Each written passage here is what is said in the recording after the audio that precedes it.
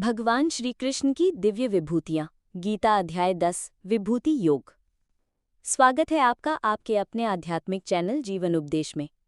आज हम प्रवेश करेंगे भगवद गीता के 10वें अध्याय में, जिसका नाम है विभूति योग। ये वो अध्याय है जहाँ भगवान श्री कृष्ण स्वयं बताते हैं कि इस सृष्टि में जो भी अद्भुत है, शक्तिशाली है, महान है, वह सब उनकी ही एक झलक है।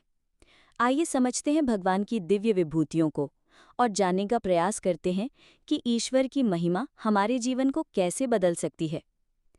अर्जुन अब तक श्री कृष्ण की दिव्यता को समझ चुका है और इस अध्याय में वो उनसे पूछता है कि हे कृष्ण, आप वास्तव में हैं कौन, आपकी विभूतियों क्या हैं? और श्री कृष्ण कहते हैं कि हे अर्जुन, अब मैं तुझसे वो दिव्य ज्ञान बताऊंगा जो जानने के बाद न कोई संशय रहेगा और न ही कोई भ्रम।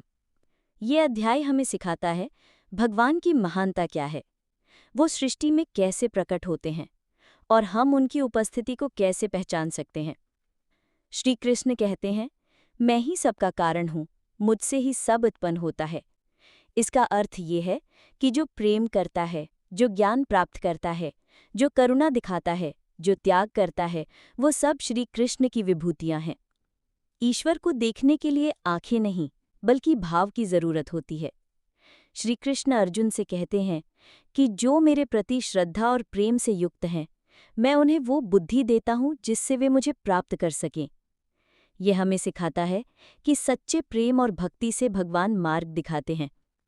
एक अंधा भक्त जिसने श्री कृष्ण को कभी देखा नहीं लेकिन महसूस किया, और भगवान उसके मन की पुकार सुनकर स्वयं प्रकट हुए। भक्ति में दृष्टि नहीं, भावना देखी जाती है। अब भगवान अपनी विभूतियां बताने लगते हैं। ये वो रूप हैं जो हमें रोज जीवन में दिखते हैं लेकिन हम पहचान नहीं पाते। मैं आत्मा हूँ सभी प्राणियों में।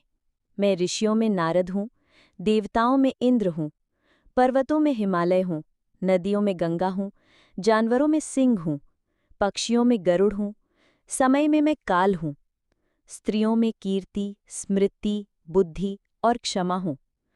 हर अद्भुत चीज में भगवान की झलक है। भगवान कहते हैं कि हे अर्जुन, इस संपूर्ण सृष्टि में जो कुछ भी तेजस्वी, प्रभावशाली और शक्तिशाली है, वो मेरी एक अंश मात्र विभूति है। मतलब ये कि सूरज की रोशनी, चांद की शीतलता, अग्नि की शक्ति, संगीत की मधुरता, यह सब भगवान की झलकियां हैं। इनमें भगवान को पहचानो। हम जब किसी की सेवा करते हैं, जब किसी को क्षमा करते हैं, जब निस्वार्थ कर्म करते हैं, तो हम भगवान की विभूतियों को प्रकट कर रहे होते हैं। ईश्वर हमारे कर्मों में है। Short story. एक गरीब महिला जिसने अपने घर में आई भूखी गाय को रोटी खिला दी और उसी दिन उसके बेटे की नौकरी लग गई। ये ईश्वर की कृपा है जो हमारी छोटी छोटी करुणाओं से प्रकट होती है। अब अर्जुन कहते हैं कि हे कृष्ण, आप ही आदि हैं, आप ही सत्य हैं। अब मुझे कोई संदेह नहीं, आप ही सबके अंदर हैं। अर्जुन की ये भावना हमें सिखाती है कि जब मन शांत हो, श्रद्धा प्रकट होती है और ईश्वर के स्वरूप को हम पहचान पाते हैं। इस अध्याय का सार ये है कि भगवान की विभूतियां हर जगह हैं। जो सुंदर है, शक्तिशाली है, ज्ञानमय है, वो भगवान की उपस्थिति का संकेत है। हमें चाहिए कि हम हर पल में, हर कण में ईश्वर को पहचानें। जब हम भगवान की विभूतियों को समझ लेते हैं तो हमारा जीवन भी दिव्यता से भर जाता है। अगर आपको ये दिव्य अध्याय अच्छा लगा हो तो कृपया इस ज्ञान को औरों तक पहुंचाएं। वीडियो को लाइक करें, शेयर करें और चैनल जीवन उपदेश को सब्सक्राइब जरूर करें। बेल आइकन दबाएं ताकि आप अगले अध्याय भगवद गीता अध्याय 11 विश्वरूप दर्शन योग का अनुभव भी कर सकें। कमेंट में जरूर लिखें, जय श्री कृष्ण। अंत में एक पंक्ति, यदि तुम्हारे मन में प्रेम है तो समझो कि भगवान स्वयं तुम्हारे पास हैं।